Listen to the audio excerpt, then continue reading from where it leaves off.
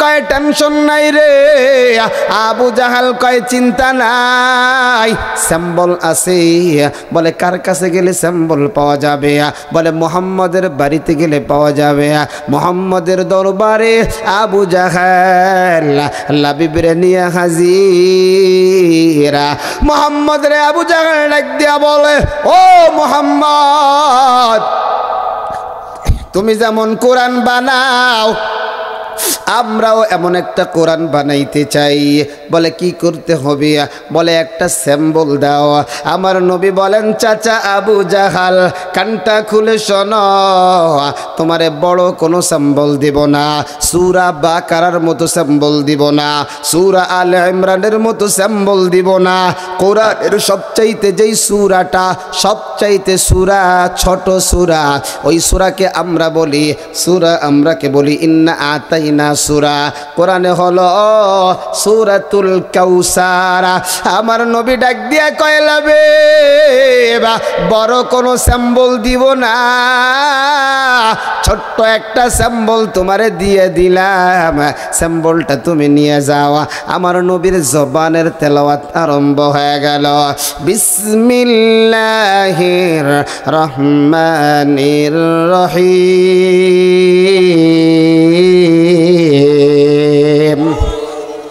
ইন্না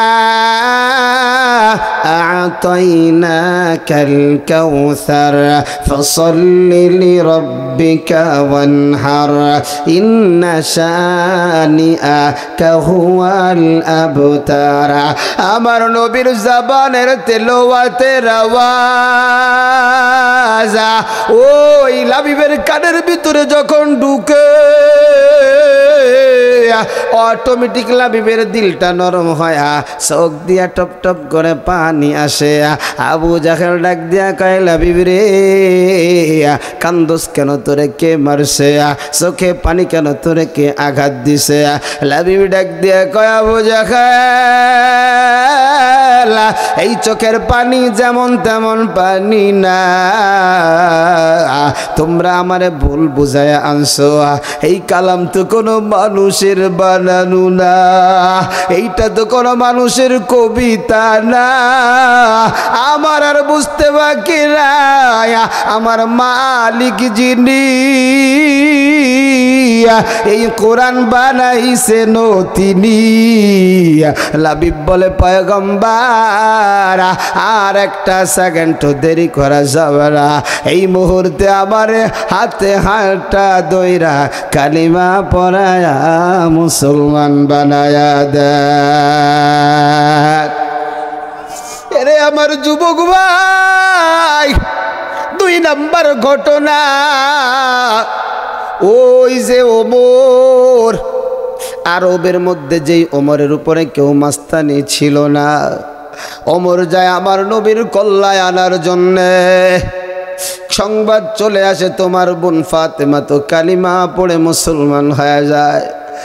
ওমরের সারা শরীরের রক্ত মাথার মধ্যে, দৌড়ায় বোনের বাড়িতে যায়, দরজাটা কান্ডা দরজার সাথে লাগায়া তেলাওয়াত শুনে একটা তেলাওয়াত, তোহা মা আনজালনা আলাইকাল কুরআনা লিতাশকা।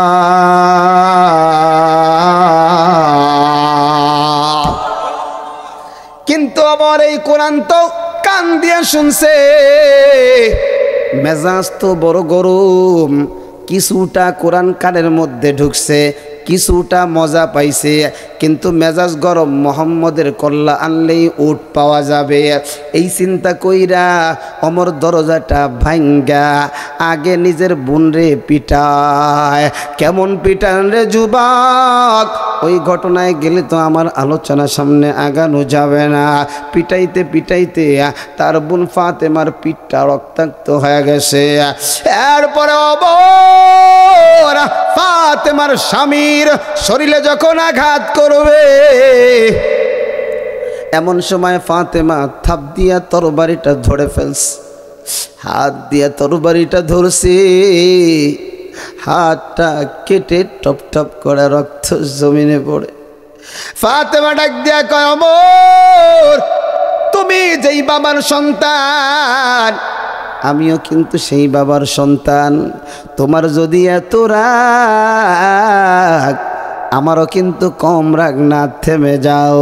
ওমর তাকায়া দেখি নিজের বোনের রক্তটা টাস টাস করে জমিনে পড়ে। আরে ভাই, বোনের রক্ত দেখলে আর সহ্য করে থাকতে পারে না। রক্তটা দেখা ওমরের চোখের ভিতরে পানি আসছে, অনুতপ্ত আসছে।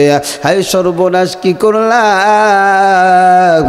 এবার ওমর কয়, বোন রে, মনে হয় মস্ত বড় ভুল হয়ে গেছে। বোনা, আমি তোর দরজার কাছে কালটা লাগায় শুনেছিলাম কি যেন তেলাওয়াত করছো, আমার অন্তরের মধ্যে গিয়ে একটা ধাক্কা লাগছে বোন রে। এবার একটু ওই তেলাওয়াতটা শোনা। বোন কয়, ভাই তুই বেঈমান, তাড়াতাড়ি পবিত্র হইতে হবে, আমার নবীর কাছে গিয়ে হাতটা দিয়া কালিমা পড়ে মুসলমান হইতে হবে। এত বীর পাহলান ওমর মাত্র 2-3-4টা আয়াতের তেলাওয়াত ছুঁই না, যেই তরবারি নবীর কল্যাণীতে যায়, নবীর সামনে গিয়া পায়ের সামনে দিয়ে কয়, পয়গম্বর হাত বড় না পা, এই হাত দিয়ে আপনার কল্যাণ নেওয়ার জন্য বাড়ি থেকে বের হইছি, আমার হাতের তরবারিটা আপনারে দিয়ে দিলাম, আর দেরি করিয়েন না, আমার কল্লাটা তাড়াতাড়ি দেহ থেকে আলাদা করে দেন। আমার নবী তো দয়ার নবী, আমার নবী তো মায়ার নবী। এমন নবী ওমর রে কয়, ওমর ওঠো, উঠাইয়া ওমর রে বুকের সাথে জড়ায়া ওমর রে আবার নবী বলে, ওমর আমি তো কল্যাণীতে আসি নাই, আমি আইছি ভালোবাসা বিতরণ করতে, একটু পড়ে নাও না লা ইলাহা ইল্লাল্লাহু মুহাম্মাদুর রাসূলুল্লাহ। বিশিষ্ট ইসলামী চিন্তাবিদ, আন্তর্জাতিক খ্যাতি সম্পূর্ণ মুফাসসির কোরআন হাফেজ মাওলানা মুফতি ফয়সাল কবির ফয়জি হাফিজাহুল্লাহ। দোয়া করি আল্লাহ রাব্বুল আলামিন তার এই কণ্ঠকে আল্লাহ পাক যতদিন হায়াতে বাঁচায় রাখি ততদিন যেন কোরআনের এমন ব্যাখ্যা বিশ্লেষণ করে যাইতে পারে তৌফিক দান করেন, পড়ি আমিন। তার আগে আলোচনা করেছেন দক্ষিণবঙ্গের সুপরিচিত মুখ, আমারও মুরব্বী হাফেজ মাওলানা মুফতি মহিবুল্লাহ সাহেব সহ আরও যারা এই মঞ্চে কথা বলেছেন। আল্লাহ পাক সকলের কথাগুলো আল্লাহ পাক কবুল করে নিয়ে উত্তম জাযায়ে খায়ের দান করেন, পড়ি আমিন। আজকের মাহফিলের আমন্ত্রিত উলামা ইকরাম, আমন্ত্রিত মেহমান, সামনে উপবিষ্ট আল্লাহ পাকের জাকিরিন আশিকিন, পর্দার আড়ালে অবস্থানরতা আমাদের সকলের শ্রদ্ধিয়া সম্মানিতা পর্দানিশীন মা ও বোনেরা, রব্বে করিমের দরবারে সকলের জন্য দোয়া, আল্লাহ রব্বুল আলামিন সকলের হায়াতের মধ্যে বরকত দান করেন, পড়ি আমিন। আমার বন্ধুগণ, আমি আপনাদের সামনে মহাগ্রন্থ আল কোরআন থেকে 2টি আয়াতে কারিমা তেলাওয়াত করেছি। বিশ্বনবী, শেষ নবী, মহানবী, শ্রেষ্ঠ নবী সাল্লাল্লাহু আলাইহি ওয়াসাল্লামের অসংখ্য অগণিত হাদিস থেকে একটি হাদিস পাঠ করেছি। তেলাওয়াতকৃত আয়াত এবং হাদিসের আলোকে ইখলাস ও আমলের নিয়তে আল্লাহ পাক আমাকে আপনাকে কিছু কথা বলবার এবং ধৈর্য ধারণ করে শুনবার তৌফিক দান করুন, সকলে পড়ি আমিন। আজকের মাহফিল পেয়ে খুশি না বেজার? আরও জোরে বলেন। আপনারা যারা উপস্থিত হয়েছেন তারা যে খুশি সেটা তো আপনাদেরকে দেখেই বোঝা যাচ্ছে, কারণ নিচের মাটি তো পুরো গরম নাকি? জোরে কন, আরও জোরে কন। নিচের মাটিও ঠান্ডা, উপরের কুয়াশাও উপর থেকে পড়তেছে, সেটাও কি গরম? সেটাও ঠান্ডা। তাহলে আল্লাহ বুঝাইতে চায়, বান্দা যারা ঠান্ডাকে উপেক্ষা করে আমার কোরআনকে ভালোবেসে কোরআনের ময়দানে বসে গেছো, নবীজি বলেন বসতে দেরি হয়, সগীরা গুনাহ মাফ হইতে দেরি হয় না। জোরে কন। বিশ্বনবী আমার বলেন, মানুষের এখন কবিরা গুনাহ থাকলো, এ মানুষগুলা যখন মোনাজাতের ভিতরে তাওবা করে রুনাজারি করে চোখের পানি ফালায়া আল্লাহর কাছে ক্ষমা চাইবে, চোখের পানিটা নাকের ডগায় আসার আগে আগে আল্লাহ পাক তাকে মাফ করে রহমতের বান্দা বানায়া তার রহমতের কোলে তুলে নেয়। সুবহান। একটু জোরে কন। আপনাদের কাছে কি মনে হয় আমাগো মা বাবারা যেরকম আল্লাহ কি তেমন? আরে জোরে কয় না, আওয়াজ দিয়ে বলেন। এরে যুৎকুরার যুবক, আমার আল্লাহর মতো এত মায়াময় কেউ নাই। এ আমার বুড়া বাবা, পর্দার আড়ালে আমার মা বলো বাবা বলো, যেই মা আমার 10 মাস 10 দিন গর্ভে ধারণ করে 2টা বছর আমাকে দুধ পান করায়, 5টা বছর আমার পেশাব পায়খানা পরিষ্কার করে, ওই মায়ের 1 বার 2 বার 3 বার যদি মায়ের কথা না শোনো, মা কিন্তু সন্তানকে ঘাড় ধাক্কা দিয়া বের করে বলে, তোর মতো কুলাঙ্গার সন্তান আমার দরকার। আরো জোরে, আরো জোরে আওয়াজ দিয়ে বলেন। আমার আল্লাহ কত দয়ালু, কত মায়াময়, আমার আল্লাহ কত প্রেমাময়। আল্লাহর এই বান্দা তুমি বলো আমি বলো, কত মানুষ আছে 30 বছর নামাজ পড়ে না, কত মানুষ আছে 20 বছর নামাজ পড়ে না, কত মানুষ আছে 40 বছর নামাজ পড়ে না। আমার আল্লাহ এরপরেও তোমারে আমারে কি পরিমাণ ভালোবাসে। আল্লাহ আমার ডাক দিয়া বলে, কুল ইয়া ইবাদিয়াল্লাযীনা আসরাফু আলা আনফুসিহিম লা তাকনাতু মির রাহমাতিল্লাহ।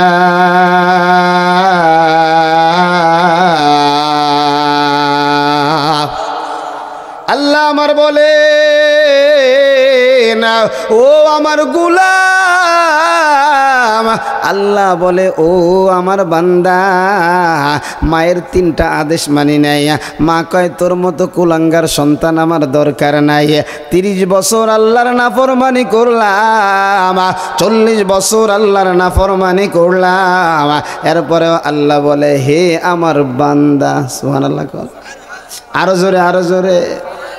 শুধু আল্লাহ যে বান্দা বলে আল্লাহ পাক ক্ষান্ত করে নাই, আল্লাহ পাক বান্দা বলে মজার কথা বলে। আল্লাহ বলে কুল ইয়া ইবাদিয়াল্লাযীনা আসরাফু আলা আনফুসিহিম, আল্লাহ বলে এ আমার দয়ার বান্দা, তোমরা যারা নিজের নফসের উপরে জুলুম করেছো, মানে তোমরা গুনাহ করে করে নিজের আমার পবিত্র দেওয়া শরীরটা নষ্ট করে ফেলাইছ, এ আমার গুনাহগার বান্দা, এ আমার গুনাহগার বান্দি, আমি আল্লাহ যত বড় আমার দয়াটাও কিন্তু তত বড়। তোমরা যারা জুলুম করেছ কানটা খুলে শোনো, লা তাকনাতু মির রাহমাতিল্লাহ, আমার রহমত থেকে নিরাশ হয়ে যায় না। ইন্নাল্লাহ ইয়াগফিরুয যুনুবা জামিআ ইন্নাহু হুয়াল গফুরুর রহিম।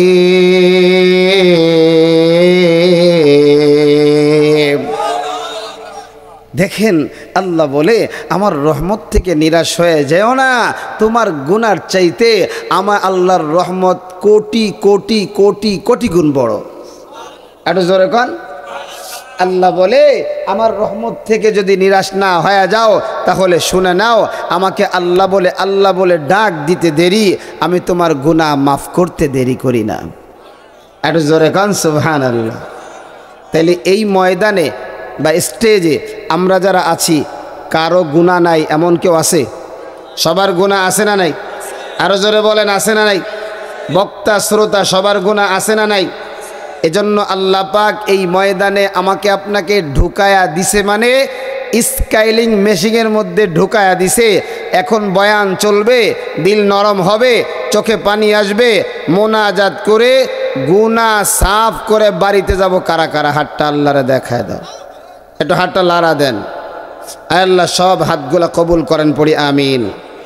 শোনো শোনো যোধপুরাবাসী, শোনো দিয়া মন, ভালো লাগলো আজকের গো মাহফিল আয়োজন।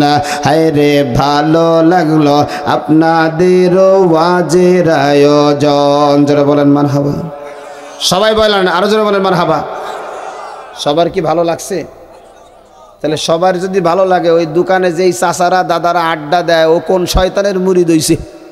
আরে কথা কয় না। যেই জায়গা জাগে কোরআনের আওয়াজ ভালো লাগে না, কোরআনের তাফসিরের ভালো লাগে না, উনি কি শামসুল হক রহমতুল্লাহ আলাইহির মুরিদ না শয়তানের মুরিদ? আরে জোরে কয় না।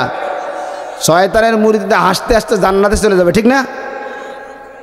হ্যাঁ, আমরা দোয়া করি যেহেতু তারা আমাদেরই প্রতিবেশী।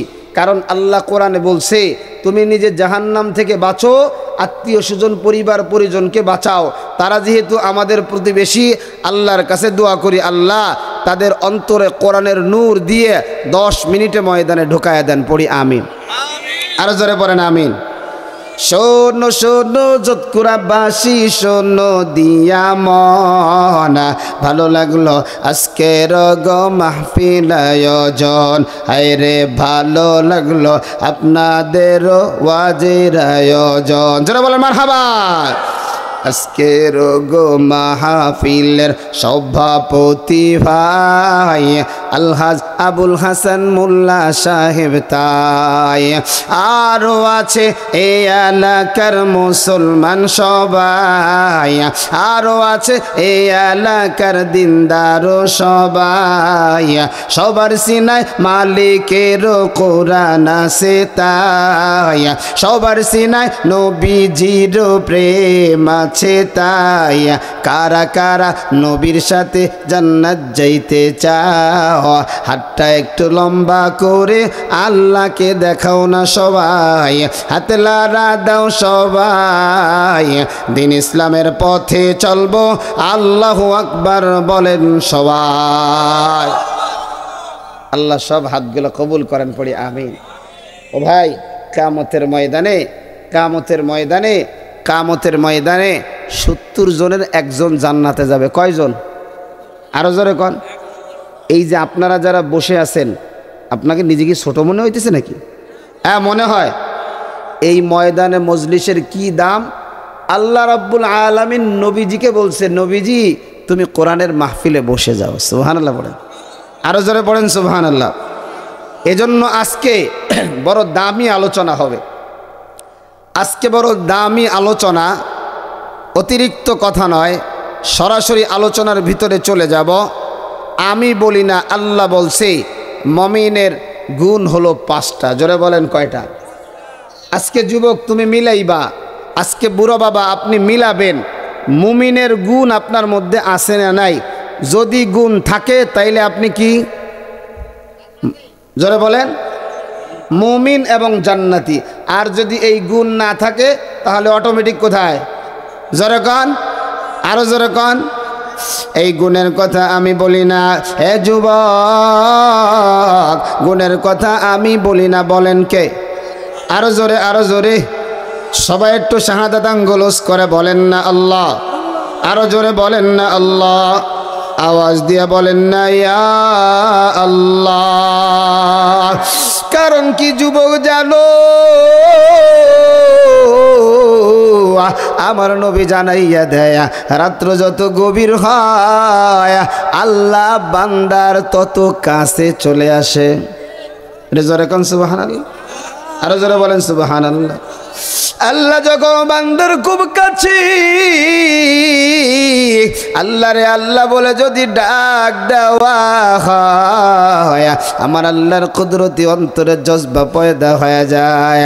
আল্লাহ বলে ফেরেশতা যৎকুরার ময়দানে আমার পাগলগুলা সারাটা দিন জমির ভিতরে কাজ করিয়া, অক্লান্ত পরিশ্রম মেহনত করিয়া আমার এই ময়দানে কেন বসে বসিয়া ফেরেশতারা বলে আল্লাহ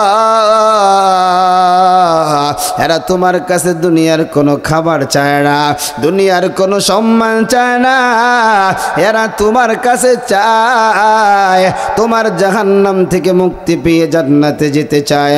আল্লাহ বলে ফেরেশতা সাক্ষী হয়ে যাও, কিয়ামতের ময়দানে আমার পাওয়ার ছাড়া যখন আর কারো পাওয়ার থাকবে না, ওই দিন তোমরা এদের ব্যাপারে সাক্ষী দিবা, আমি আল্লাহ এদের প্রত্যেককে নাম ধরে ধরে জান্নাতের মেহমান বানায়া দিবা। ওই আল্লাহ আবার জানাইয়া দেয় মুমিনের এক এক করে 5টা গুণ। আল্লাহ আমার জানাইয়া দেয় ইন্নামাল মুমিনুনা আল্লাযীনা ইযা যুকিরাল্লাহ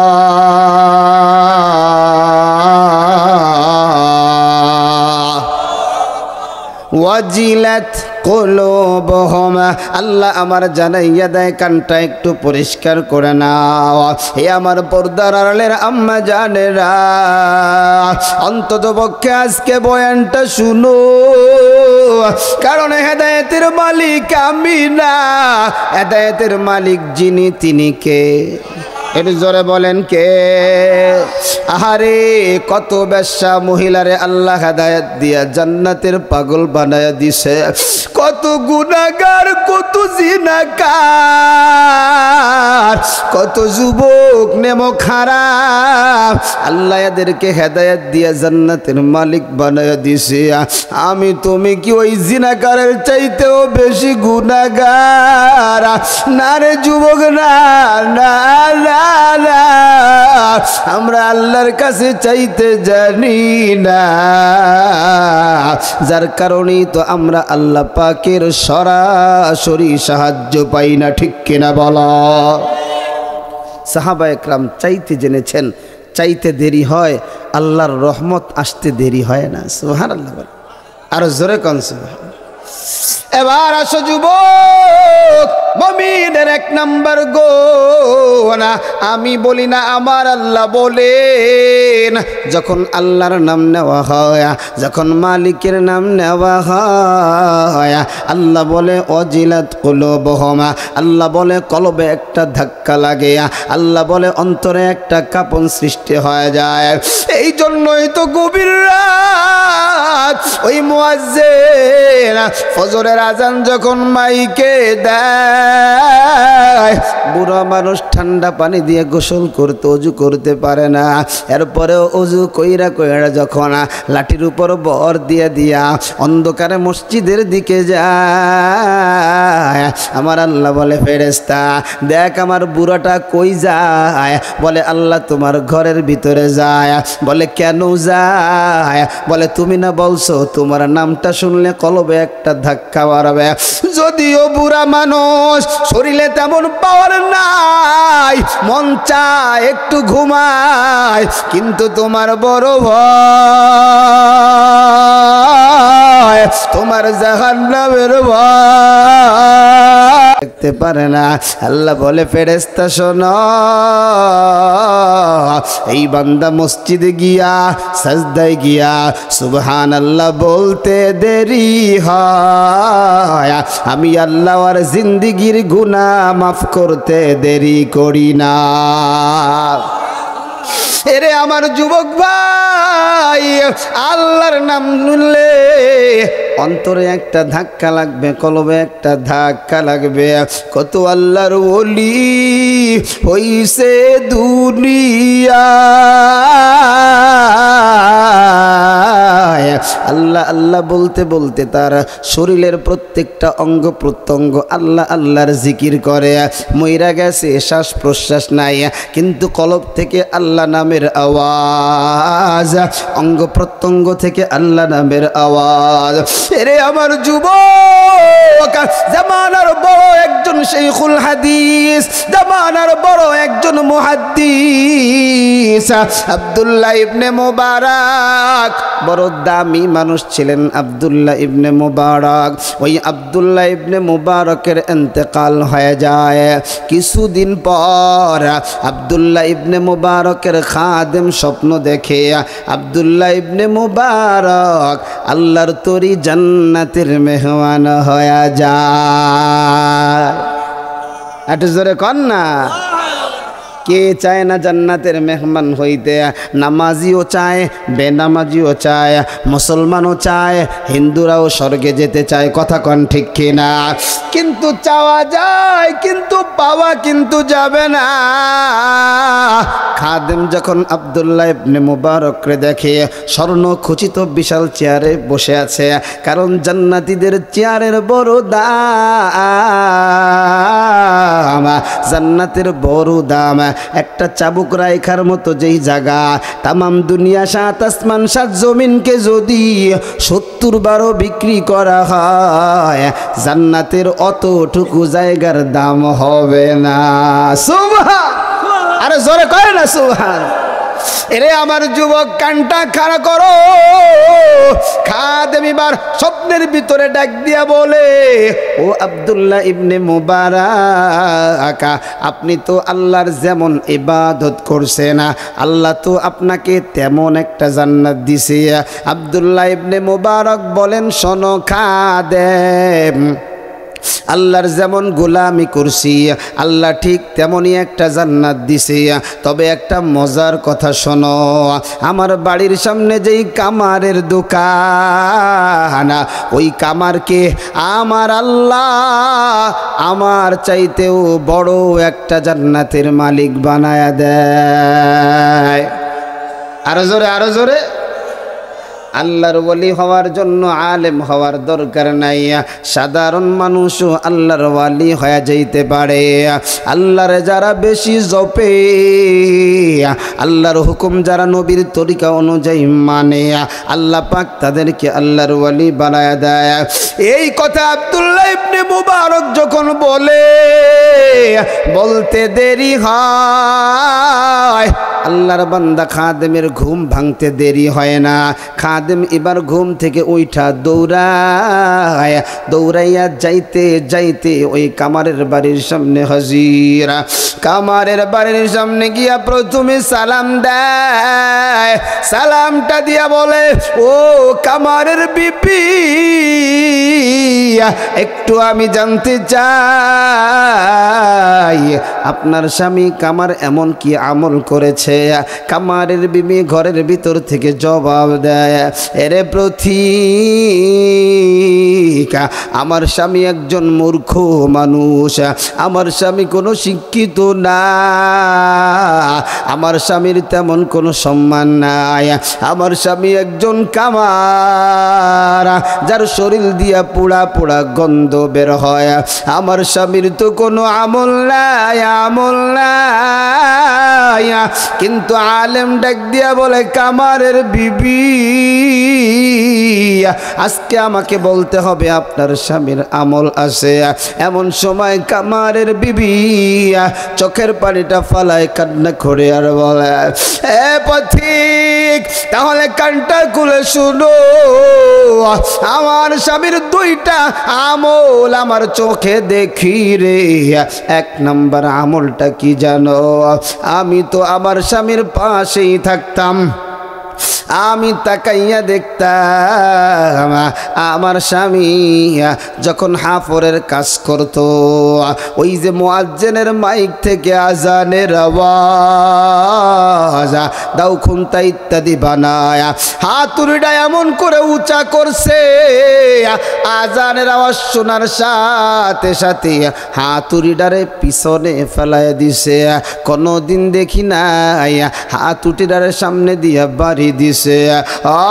পথিক, এরপরে তাকাইয়া দেখতাম আমার স্বামীর 2 চোখের কোনা দিয়া কুটো টুটো পানি, চোখগুলা বড় বড় হয়ে যাইত, চেহারাটা লাল বর্ণ ধারণ করত। তাড়াতাড়ি ওযু করিয়া আল্লাহর দরবারে গিয়ে নামাজ আদায় করত। এইটা হলো আমার স্বামীর 1 নম্বর গুণ। প্রত্যেকবার ডাক দিয়া বলে, ও কামারের বিবি এবার বলো না দ্বিতীয় নাম্বার গুণ কোনটা? এমন সময় কামারের বিবি ডাক দিয়ে কয়, আমার স্বামীর দিলটা অনেক বড়, কিন্তু আমরা তো গরিব মানুষ।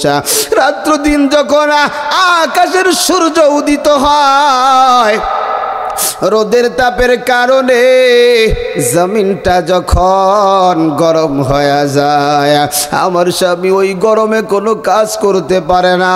এক তো রোদের তাপ, দুই নাম্বার হলো আগুনের তাপ।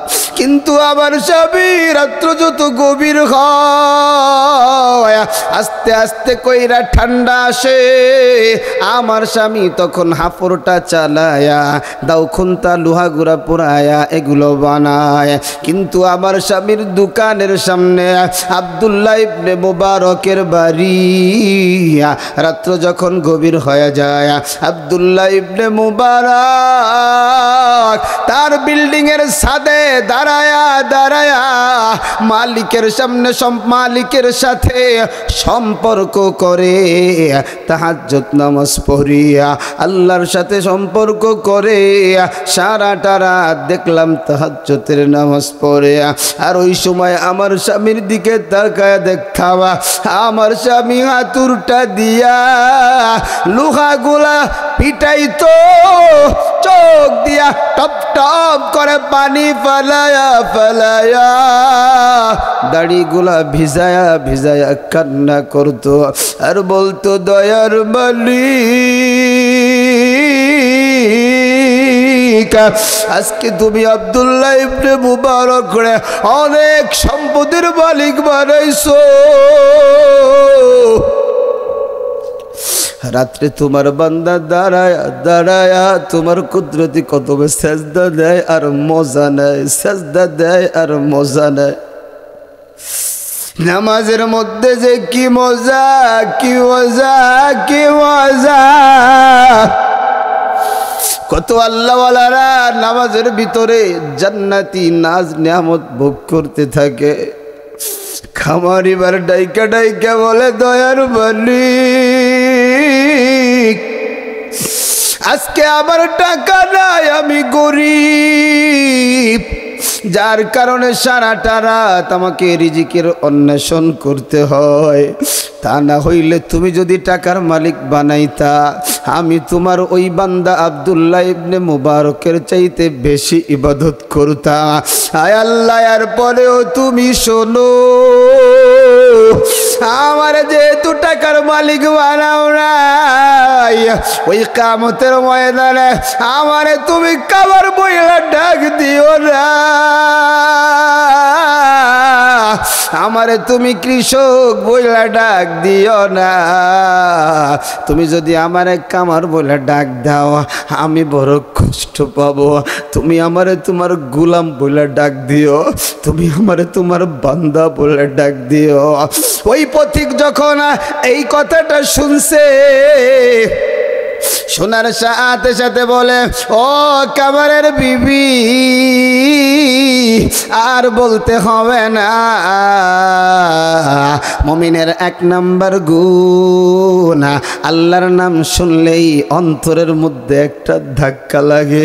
ওই ধাক্কাটা তোমার স্বামীর অন্তরের ভিতরে ছিল, যার কারণে আল্লাহ তোমার স্বামীকে আব্দুল্লাহ ইবনে মুবারকের চাইতে বড় জান্নাতের মালিক বানায়। এরে আমার দুধকুরের যুবক, এ কলিজার টুকরা বুড়া বাবা, আজকে মসজিদে নামাজের আজান খায়, তুমি পায়ের নিচে মাথার নিচে লেপটা ঢুকায় তুমি ঘুমাও, তোমার দোকানের শাটারটাও বন্ধ হয় না, তোমার কৃষি কাজও বন্ধ হয় না। যেদিন আজরাইল আইসা তোমার আমার কলজের ভিতরে একটা আঘাত আঘাত করবে, ওই দিন কিন্তু পার পাওয়া যাবে না। এবার চিন্তা করো, এবার তুমি মিলাও, মুমিনের 1 নাম্বার গুণ তোমার মধ্যে আছে নাকি শয়তানি গুণ তোমার মধ্যে আছে? এবার আমার আল্লাহ বলে মুমিনের 2 নাম্বার গুণ, ওয়া ইযা তুলিয়াত আলাইহিম আয়াতুহু যাদাতুহুম ঈমানা। আল্লাহ বলে আমি বলি না মুমিনের 2 নাম্বার গুণ, আল্লাহর কোরআন শুনলে মুমিনের ঈমান বেড়ে যায়। সুবহানাল্লাহ কর, আরো জোরে কর। এই যে ঈমান তো বাড়তেছে, দিলটা নরম হয়, তো এই কারণে চোখে পানি আসে, জমায়ে বসে আছে না। আর যারা কোরআন শোনার পরেও ময়দানে আসে না, মুমিনের গুণ তার মধ্যে নাই। ইহুদি খ্রিস্টান আর বেঈমানের গুণ তার অন্তরে, কথা বলো ঠিক কিনা? 2 নাম্বার গুণ, কোরআন শুনলে মুমিনের ঈমান বেড়ে যায়। এইটা তো মুমিনের গুণ। বেঈমানরাও যখন কোরআন শুনে তখন ও তাদের মধ্যে পরিবর্তন আসে। যুবক, আবু জাহেল তাকাইয়া দেখে যারাই নবী মুহাম্মদের জবানের তেলাওয়াত শুনে এরাই কালিমা পড়ে মুসলমান হয়ে যায়। আবু জাহেল টেনশনে পড়ে গেল, চিন্তায় পড়ে গেল। এইভাবে যদি মানুষ কালিমা পড়ে মুসলমান হয়ে যায়, আর তো এক সময় কেউ বেঈমান থাকবে না। সুতরাং যেই কোরআন মুহাম্মদ তেলাওয়াত করি, এমন একটা কোরআন আমাদের বানানোর দরকার। জোরে কর নাউজুবিল্লাহ, আরো জোরে বলেন নাউজুবিল্লাহ। আবু জাহেল দৌড়ায় যায় ওই জামানার সবচাইতে বড় আরবি পণ্ডিত কবি লাবিবের কাছে যায়। ও লাবিব ভাই, একটা কোরআন বানায়া দাও। লাবিব বলে কোরআন কেমনে বানাবো? আমি তো একজন মানুষ, কোরআন বানাইতে গেলে তো একটা স্যাম্বল দেওয়া লাগবে। আবু জাহেল কয় টেনশন নাই রে। আবু জাহেল কয় চিন্তা নাই, স্যাম্বল আছে। বলে কার কাছে গেলে স্যাম্বল পাওয়া যাবে? বলে মুহাম্মদের বাড়িতে গেলে পাওয়া যাবে। মুহাম্মদের দরবারে আবু জাহেল লাবিবরে নিয়ে হাজির। মুহাম্মদ রে আবু জাহেল ডাক দিয়া বলে, ও মুহাম্মদ, তুমি যেমন কোরআন বানাও, আমরাও এমন একটা কোরআন বানাইতে চাই। বলে কি করতে হবে? বলে একটা স্যাম্বল দাও। আমার নবী বলেন, চাচা আবু জাহাল কানটা খুলে শোনো, তোমারে বড় কোনো স্যাম্বল দিব না, সূরা বাকারার মতো স্যাম্বল দিব না, সূরা আলে ইমরানের মতো স্যাম্বল দিব না। কোরআনের সবচাইতে যেই সূরাটা সবচাইতে সূরা ছোট সূরা, ওই সূরাকে আমরা বলি আমরাকে বলি ইন্না আতাইনা সূরা। কোরআনে হলো সূরাতুল কাউসার। আমার নবী ডাক দিয়া কয়লাবে বড় কোনো স্যাম্বল দিব না, ছোট্ট একটা স্যাম্বল তোমারে দিয়ে দিলাম, স্যাম্বলটা তুমি নিয়ে যাও। আমার নবীর জবানের তেলাওয়াত আরম্ভ হয়ে গেল। বিসমিল্লাহির রহমানির রহিম।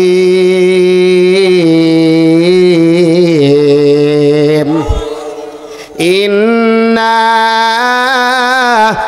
আ'তাইনাকাল কাউসার ফাসাল্লি লিরাব্বিকা ওয়ানহার ইন্না শানিআকা হুয়াল আবতার। আমার নবীর জবানের তেলাওয়াতের আওয়াজ ওই লাবিবের কানের ভিতরে যখন ঢুকে, অটোমেটিক লাবিবের দিলটা নরম হয়, চোখ দিয়া টপ টপ করে পানি আসে। আবু জাহেল ডাক দিয়া কয়, লাবিব রে কান্দোস কেন? তোরে কে মারছে?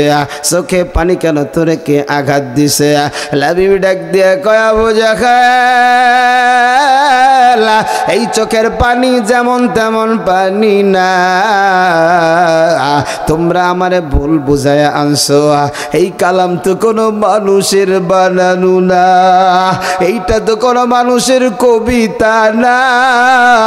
আমার আর বুঝতে বাকি নাই আমার মালিক যিনি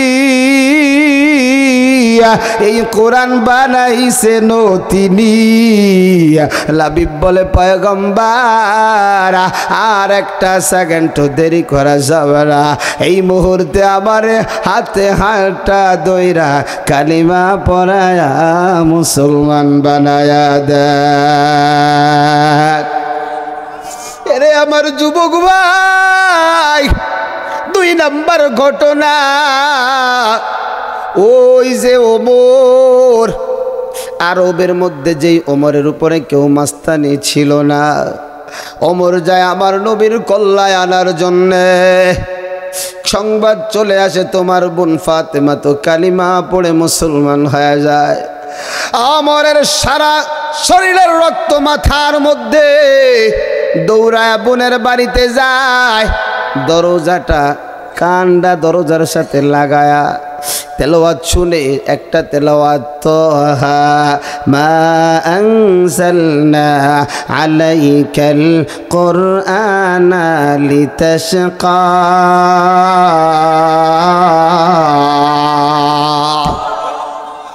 কিন্তু আমার এই কোরআন তো কান দিয়ে শুনছে, মেজাজ তো বড় গরম, কিছুটা কোরআন কানের মধ্যে ঢুকছে, কিছুটা মজা পাইছে, কিন্তু মেজাজ গরম, মোহাম্মদের কল্লা আনলেই উট পাওয়া যাবে। এই চিন্তা কইরা ওমর দরজাটা ভাঙ্গা আগে নিজের বোনরে পিটায়। কেমন পিটান রে যুবক, ওই ঘটনায় গেলে তো আমার আলোচনা সামনে আগানো যাবে না। পিটাইতে পিটাইতে তার বোন ফাতেমার পিঠটা রক্তাক্ত হয়ে গেছে। এরপরে ফাতেমার স্বামীর শরীরে যখন আঘাত করবে,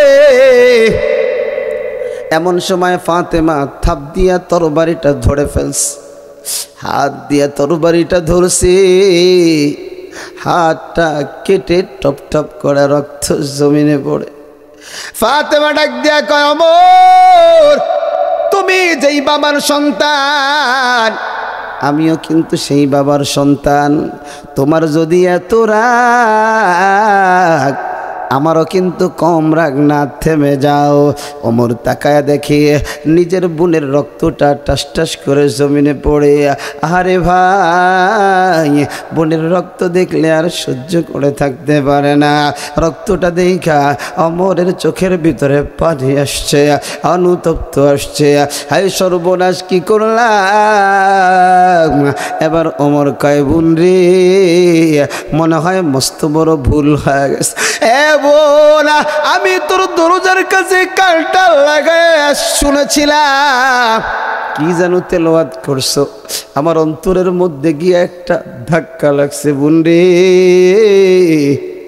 এবার একটু ওই তেলাওয়াতটা শোনা।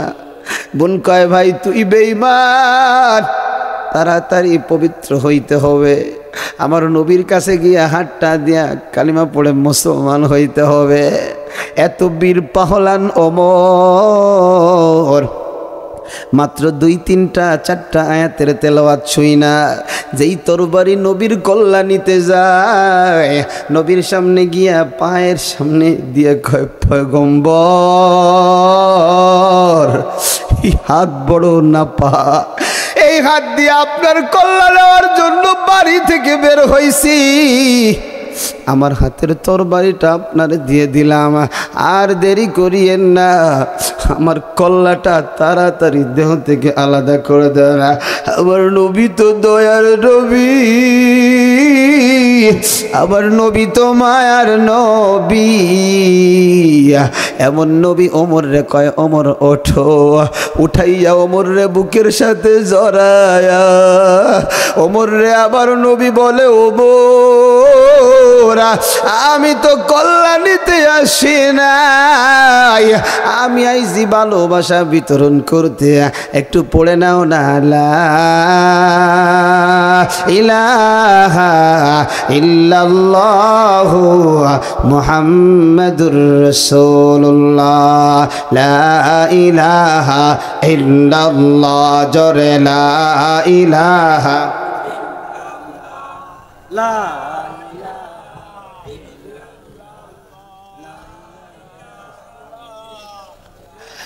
لا إله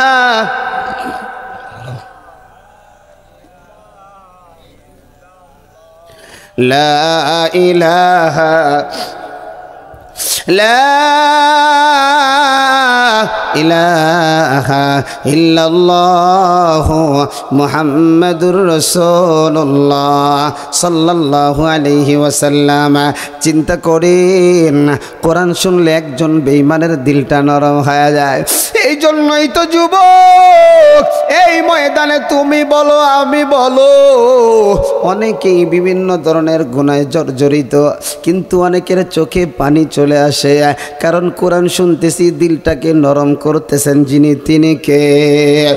ওই আল্লাহ আবার জানাইয়া দেয়, ইমানদারের সামনে যখন কোরআন তেলাওয়াত হয়, কোরআনের তাফসীর হয়, তখন তার ঈমান বেড়ে যায়।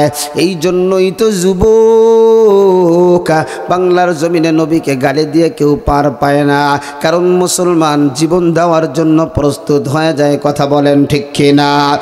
মুমিনের এক নাম্বার গুণ, আল্লাহর নাম শুনলে অন্তরে ধাক্কা মারে। 2 নাম্বার গুণ, কোরআন শুনলে ঈমান বেড়ে যায়। মুমিনের 3 নাম্বার গুণ, ওয়া আলা রাব্বিহিম ইয়াতাওয়াক্কালুন। আল্লাহ আমার বলেন, মুমিন ভরসা করবে একমাত্র শুধুমাত্র কার উপর? জোরে জোরে জোরে, আরো জোরে আরো জোরে। আল্লাহ আমার বলেন, মুমিন ভরসা করবে আমি আল্লাহর উপর। মুমিন সাহায্য চাবে কার কাছে? আরো জোরে বলেন, কার কাছে? এ যুবক, আল্লাহ যারা সাহায্য করে, দুনিয়ার কেউ তাকে ক্ষতি করতে পারে না। আল্লাহর নবী, আল্লাহর একজন জলিলুল কদর বন্ধু ইব্রাহিম খলিলুল্লাহ, আমার নবী হলো হাবিবুল্লাহ, ইব্রাহিম হলো খলিলুল্লাহ। এইটার একটা ব্যাখ্যা আছে, করতে গেলে আধা ঘন্টা চলে যাবে, ওই ব্যাখ্যার দিকে যাব না। ইব্রাহিম খলিলুল্লাহ, আপনারা সবাই জানেন, ইব্রাহিম এক আল্লাহর কথা বলে। কয় আল্লাহর? আরো জোরে বলেন। ইব্রাহিম এক আল্লাহর কথা বলে, আর নমরুদ হলো 33 কোটি আল্লাহর কথা বলে। জোরে নাউজুবিল্লাহ। মানে অগে খুদা হলো 33 কোটি, আর আমগো খুদা কয়জন? জোরে বলেন, কয়জন? এক আল্লাহর কথা বলে। নমরুদের মেজাজ গরম হয়ে গেছে, এতগুলা খুদা, এইটাই আমাকে উপকার করতে পারে না, এক ইব্রাহিমের এক খুদা কেমনে উপকার করে? মেজাজ বড় গরম। ইব্রাহিম রে আর দুনিয়ায় রাখা যাবে না। কেউ বলে তো ইব্রাহিম রে কি করবা? বলে দেশান্তর করে দাও। বলে দেশান্তর করলে তো লাভ হবে না, ওই দেশে গিয়েও তো আল্লাহর কথা বলবে। সুবহানাল্লাহ। আরো জোরে কোন? কয় দেশান্তর কইরা কোনো লাভ হয়